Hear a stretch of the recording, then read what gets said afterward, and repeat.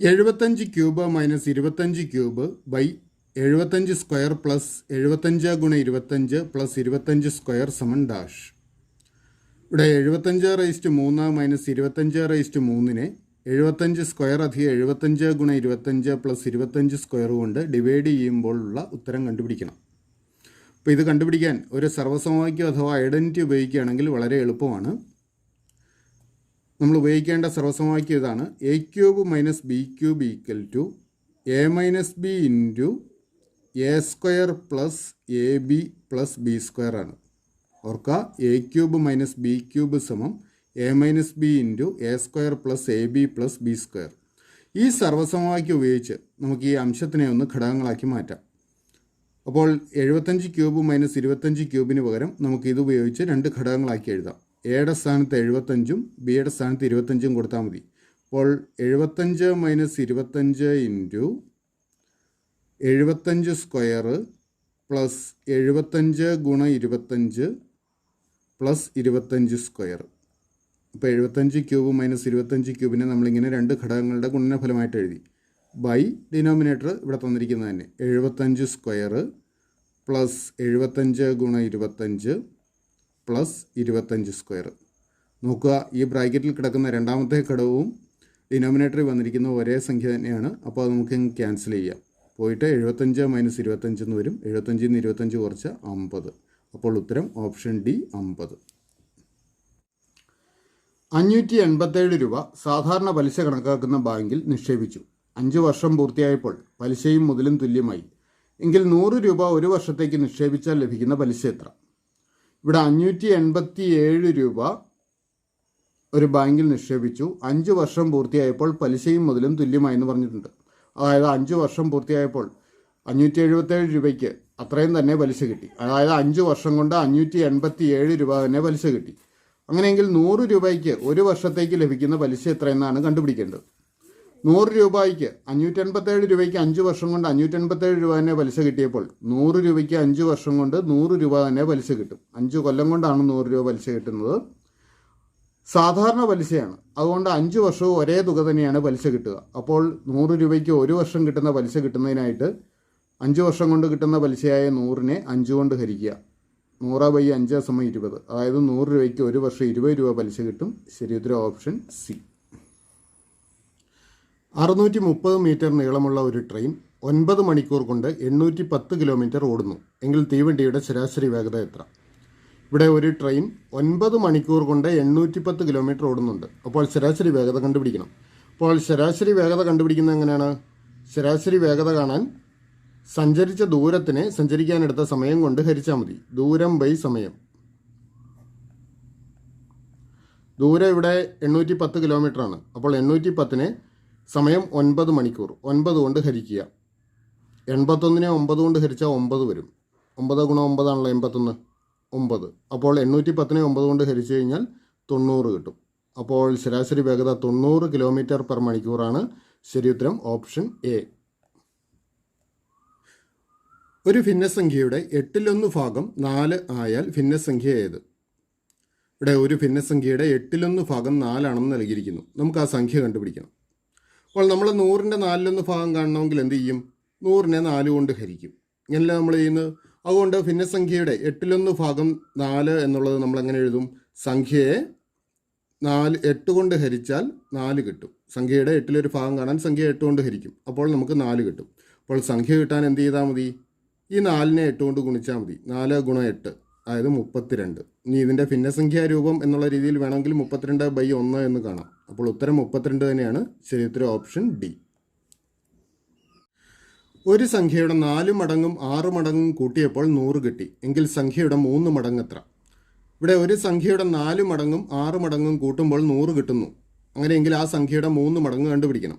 നമുക്കറിയില്ലാത്ത സംഖ്യ എക്സ് എന്നെടുക്കാം. അങ്ങനെയെങ്കിൽ എക്സിൻ്റെ 4 മടങ്ങ് അത് 4x-ഉം സംഖ്യയുടെ 6 മടങ്ങ് അഥവാ എക്സിൻ്റെ 6 മടങ്ങ് 6x-ഉമാണ്. ഇത് രണ്ടും കൂടെ കൂട്ടുമ്പോൾ 100 കിട്ടും. അപ്പോൾ 4x + 6x = 100 എന്ന് എഴുതാം. 4x 6xും കൂടെ കൂട്ടിയാൽ 10x, അതായത് 10x = 100 എന്ന് വരും. അപ്പോൾ എക്സ് എത്ര വരും? എക്സ് 100/10 = 10. അതായത് സംഖ്യ 10 ആണ്. സംഖ്യ 10 ആണെങ്കിൽ സംഖ്യയുടെ 3 മടങ്ങ് അത് കാണാൻ 3 ഗുണം 10 കണ്ടാൽ മതിയല്ലോ. 3 ഗുണം 10 30. അപ്പോൾ സംഖ്യയുടെ 3 മടങ്ങ് 30. ശരി ഉത്തരം ഓപ്ഷൻ സി. ഒരാൾ 13 മീറ്റർ കിഴക്കോട്ട് നടന്നതിന് ശേഷം ഇടത്തോട്ട് തിരിഞ്ഞ് 11 മീറ്റർ നടന്നു. വീണ്ടും ഇടത്തോട്ട് തിരിഞ്ഞ് 5 മീറ്റർ നടന്നു. വീണ്ടും ഇടത്തോട്ട് തിരിഞ്ഞ് 5 മീറ്റർ നടന്നു. എങ്കിൽ തുടങ്ങിയ സ്ഥലത്ത് നിന്ന് ഇപ്പോൾ നിൽക്കുന്ന സ്ഥലവുമായുള്ള അകലം എത്ര?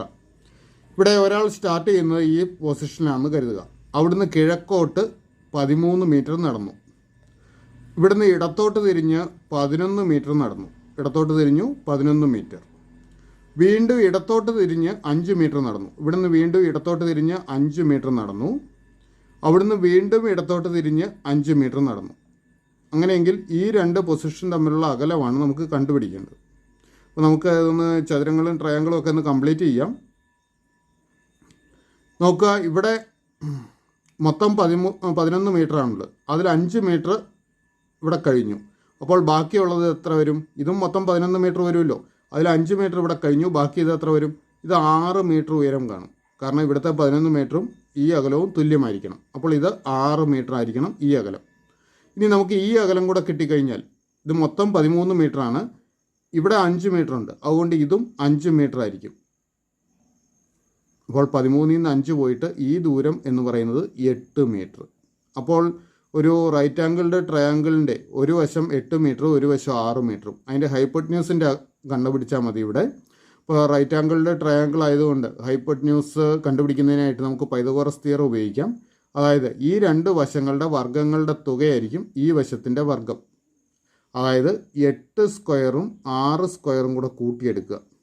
8 സ്ക്വയർ 64, 64 പ്ലസ് 6 സ്ക്വയർ 36 സമം 100 എന്ന് കിട്ടും. അത് ഈ വശത്തിൻ്റെ നീളത്തിൻ്റെ വർഗ്ഗമായിരിക്കും. അപ്പോൾ √100 സമം 10 ഈ അകലം. ഇത് 10. അപ്പോൾ 10 മീറ്ററാണ് അയാളുടെ സ്റ്റാർട്ടിംഗ് പോയിൻറ്റും ഇപ്പോൾ നിൽക്കുന്ന പോയിൻറ്റും തമ്മിലുള്ള അകലം. ശരി ഉത്തരം ഓപ്ഷൻ എ. ആഗസ്റ്റ് 1 ചൊവ്വാഴ്ചയാണെങ്കിൽ നവംബർ 30 ഏത് ദിവസമായിരിക്കും? ഇവിടെ ആഗസ്റ്റ് 1 ചൊവ്വാഴ്ചയാണെങ്കിൽ നവംബർ 30 ഏത് ദിവസമായിരിക്കും എന്ന് കണ്ടുപിടിക്കണം. അതിനായിട്ട് നമ്മൾ ആദ്യം ചെയ്യേണ്ടത് ആഗസ്റ്റ് 1 ശേഷം എത്രാമത്തെ ദിവസമാണ് നവംബർ 30 വരുന്നതെന്ന് കണ്ടുപിടിക്കുക. അപ്പോൾ ആഗസ്റ്റ് 1 ശേഷമുള്ള ദിവസങ്ങളുടെ എണ്ണം എടുക്കാം. ആഗസ്റ്റിൽ 31 ദിവസങ്ങളാണ് ആകെയുള്ളത്. അപ്പോൾ 1 ശേഷമുള്ള ദിവസങ്ങളുടെ എണ്ണം 30. സെപ്റ്റംബറിൽ 30 ദിവസം, ഒക്ടോബറിൽ 31 ദിവസമുണ്ട്. നവംബർ 30 വരെയുള്ള ദിവസങ്ങൾ, നവംബറിലെ 30 ദിവസം. ഈ ദിവസങ്ങളുടെ എണ്ണം കൂട്ടിയെടുക്കുക. അപ്പോൾ 121 വരും. ഈ 121നെ 7 കൊണ്ട് ഹരിക്കുക. 121നെ 7 കൊണ്ട് ഹരിച്ചാൽ 12ൽ ഒരു തവണ 7 കുറയ്ക്കുമ്പോൾ 5, 51. 51ൽ 7 തവണ 7 49. ശിഷ്ടം 2 കിട്ടി. ശിഷ്ടം കിട്ടിയ 2 നമുക്ക് ആവശ്യം. അപ്പോൾ 2 ശിഷ്ടം വന്നുകൊണ്ട് ചൊവ്വാഴ്ചയോടുകൂടി 2 ദിവസം ചേർക്കുക. അപ്പോൾ ബുധൻ, വ്യാഴം. അപ്പോൾ നവംബർ 30 വ്യാഴാഴ്ചയായിരിക്കും. ശരി ഉത്തരം ഓപ്ഷൻ ഡി. 12ൽ 3നോട് എത്ര കൂട്ടിയാൽ 1 കിട്ടും? ഇവിടെ 12ൽ 3നോട് എത്ര കൂട്ടിയാൽ 1 കിട്ടും എന്ന് കണ്ടുപിടിക്കണം. അത് കണ്ടുപിടിക്കുന്നതിനായിട്ട് 1ൽ നിന്നും 12ൽ 3 കുറച്ചാൽ മതി. അപ്പോൾ 1 മൈനസ് 12ൽ 3 കണ്ടുപിടിച്ചാൽ മതി. ഇവിടെ പൂർണ്ണസംഖ്യയിൽ നിന്ന് ഭിന്നസംഖ്യ കുറയ്ക്കണം. അപ്പോൾ നമുക്ക് അതിനായിട്ടൊരു എളുപ്പമാർഗ്ഗമുണ്ട്. ഈ 1 കൊണ്ട് 12നെ ഗുണിക്കുക. ഒരു 12. അതിൽ നിന്ന് അംശമായ 3 കുറയ്ക്കുക. 12ൽ നിന്ന് 3 കുറച്ചാൽ 9. അപ്പോൾ 9 അംശമായിട്ട് എഴുതുക. ഛേദമായിട്ട് ഈ 12 തന്നെ. അപ്പോൾ 12ൽ 9 എന്ന് കിട്ടും. ഇവിടെ അംശവും ഛേദവും 3ൻ്റെ ഗുണിതങ്ങളാണ്. അതുകൊണ്ട് 3 കൊണ്ട് അംശത്തിനെയും ഛേദത്തിനെയും ഡിവൈഡ് ചെയ്യാം. 12നെ 3 കൊണ്ട് ഡിവൈഡ് ചെയ്ത് കഴിഞ്ഞാൽ 4, 9നെ 3 കൊണ്ട് ഡിവൈഡ് ചെയ്ത് കഴിഞ്ഞാൽ 3. അപ്പോൾ ഉത്തരം 4ൽ 3. ശരി ഉത്തരം ഓപ്ഷൻ ബി, 4ൽ 3. 126 പെൺകുട്ടികൾ പഠിക്കുന്ന സ്കൂളിൽ പെൺകുട്ടികളുടെയും ആൺകുട്ടികളുടെയും എണ്ണങ്ങൾ തമ്മിലുള്ള അംശബന്ധം 3:5 ആണ്. ആൺകുട്ടികളുടെ എണ്ണം പെൺകുട്ടികളുടെ എണ്ണത്തേക്കാൾ എത്ര കൂടുതലാണ്? അപ്പോൾ ഒരു സ്കൂളിൽ പെൺകുട്ടികളുടെയും ആൺകുട്ടികളുടെയും എണ്ണങ്ങൾ തമ്മിലുള്ള അംശബന്ധം 3:5 എന്ന് നൽകിയിരിക്കുന്നു. അപ്പോൾ ഗേൾസും ബോയ്സും തമ്മിലുള്ള എണ്ണങ്ങൾ തമ്മിലുള്ള അംശബന്ധം 3:5 ആണ്. അതുകൊണ്ട് നമുക്ക് ഗേൾസിൻ്റെ എണ്ണം അല്ലെ പെൺകുട്ടികളുടെ എണ്ണം 3x എന്നും ബോയ്സിൻ്റെ എണ്ണം 5x എന്നും എടുക്കാം. അപ്പോൾ ഇവിടെ ഗേൾസിൻ്റെ എണ്ണം 3x ബോയ്സിൻ്റെ എണ്ണം 5x. 5xൽ നിന്ന് 3x കുറച്ച് കഴിഞ്ഞ് കഴിഞ്ഞാൽ നമുക്ക് കിട്ടുന്നത് 2x ആണ്. അതായത് ആൺകുട്ടികൾ കൂടുതലായിട്ടുള്ളത് 2x എണ്ണമാണ്. ഇനി എക്സിൻ്റെ വാല്യൂ കണ്ടുപിടിച്ചാൽ നമുക്ക് 2x എത്രയെന്ന് കാണാം. നോക്കുക, പെൺകുട്ടികളുടെ എണ്ണം 126 എന്ന് നൽകിയിരിക്കുന്നു. ഇവിടെ നമ്മൾ പെൺകുട്ടികളുടെ എണ്ണം എടുത്തത് 3x ആണ്. അപ്പോൾ 3x സമം 126 എന്ന് എടുക്കാം. അല്ലെങ്കിൽ x സമം 126/3 എന്ന് വരും. 126നെ 3 കൊണ്ട് ഹരിച്ചാൽ 42. അപ്പോൾ എക്സ് 42 അപ്പോൾ 2x എത്ര വരും? 2 ഗുണം 42 84. അപ്പോൾ 84 ആൺകുട്ടികളാണ് കൂടുതലായിട്ടുള്ളത്. ശരി ഉത്തരം ഓപ്ഷൻ ബി 84. ഒരു തോട്ടത്തിൽ 3249 തെങ്ങുകൾ ഒരേ അകലത്തിൽ നിരയായും വരിയായും നട്ടിരിക്കുന്നു. നിരയുടെ എണ്ണവും വരിയുടെ എണ്ണവും തുല്യമാണ് എങ്കിൽ ഒരു വരിയിൽ എത്ര തെങ്ങുകളുണ്ട്? ഒരു തോട്ടത്തിൽ വരിയായും നിരയായും തെങ്ങുകൾ നട്ടിരിക്കുന്നു. ആകെ 3249 തെങ്ങുകളുണ്ട്. നിരകളുടെ എണ്ണവും വരികളുടെ എണ്ണവും തുല്യമാണെങ്കിൽ ഒരു വരിയിൽ എത്ര തെങ്ങുകളുണ്ടെന്ന് കണ്ടുപിടിക്കണം. നമുക്ക് ഒരു വരിയിൽ n തെങ്ങുകളുണ്ടെന്ന് കരുതാം. ഓർക്കുക, ഒരു വരിയിലെ തെങ്ങുകളുടെ എണ്ണം എന്ന് പറയുന്നത് ആ തോട്ടത്തിലെ നിരകളുടെ എണ്ണത്തിന് തുല്യമായിരിക്കും. ഓർക്കുക, ഒരു വരിയിലെ തെങ്ങുകളുടെ എണ്ണം എന്ന് പറയുന്നത് ആ തോട്ടത്തിലെ നിരകളുടെ എണ്ണത്തിന് തുല്യമാണ്. അപ്പോൾ നിരകളുടെ എണ്ണം n ആണ് എന്ന് കരുതാം. ഇനി വരികളുടെ എണ്ണവും നിരകളുടെ എണ്ണവും തുല്യമാണെന്ന് പറഞ്ഞിട്ടുണ്ട്. അപ്പോൾ വരികളുടെ എണ്ണവും n തന്നെ. അപ്പോൾ നിരകളുടെയും വരികളുടെയും എണ്ണം തുല്യമായതുകൊണ്ട് രണ്ടും n ആയിട്ട് എടുക്കുക. അങ്ങനെയെങ്കിൽ ആ തോട്ടത്തിലെ ആകെ തെങ്ങുകളുടെ എണ്ണം കാണാൻ വരികളുടെയും നിരകളുടെയും എണ്ണം തമ്മിൽ ഗുണിച്ചാൽ മതിയല്ലോ. അതായത് n ഗുണം n കണ്ടാൽ മതി. n ഗുണം n സമം 3249 എന്ന് എടുക്കാം. അല്ലെങ്കിൽ n-ൻ്റെ സ്ക്വയറാണ് 3249. അപ്പോൾ n എത്ര വരും? 3249ൻ്റെ സ്ക്വയർ റൂട്ട്. അപ്പോൾ നമുക്കിതൊരു ഗസ് ചെയ്യാൻ പറ്റും. ഓർക്കുക, 50ൻ്റെ സ്ക്വയർ 2500 അതുപോലെ 60ൻ്റെ സ്ക്വയർ 6 ഗുണം 6 36 3600. 2500-നും 3600-നും ഇടയ്ക്കുള്ളൊരു സംഖ്യയാണിത്. അതുകൊണ്ട് 50-നും 60-നും ഇടയ്ക്കായിരിക്കും ഇതിൻ്റെ സ്ക്വയർ റൂട്ട്. അപ്പോൾ നമുക്ക് തന്നിരിക്കുന്ന ഓപ്ഷൻസിൽ 53-ഉം 57-ഉം മാത്രം ചെക്ക് ചെയ്താൽ മതി. ഇനി കൂടാതെ 3249 കൂടുതൽ അടുത്ത് നിൽക്കുന്നത് 3600-നോടാണ്.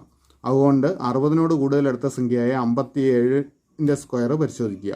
അപ്പോൾ നമുക്ക് കാണാം 57-ൻ്റെ സ്ക്വയറാണ് 3249 എന്ന്. അല്ലെങ്കിൽ 3249-ൻ്റെ സ്ക്വയർ റൂട്ട് 57. അതായത് ഒരു വരിയിലെ തെങ്ങുകളുടെ എണ്ണം 57 ആണ്. ശരി ഉത്തരം ഓപ്ഷൻ സി.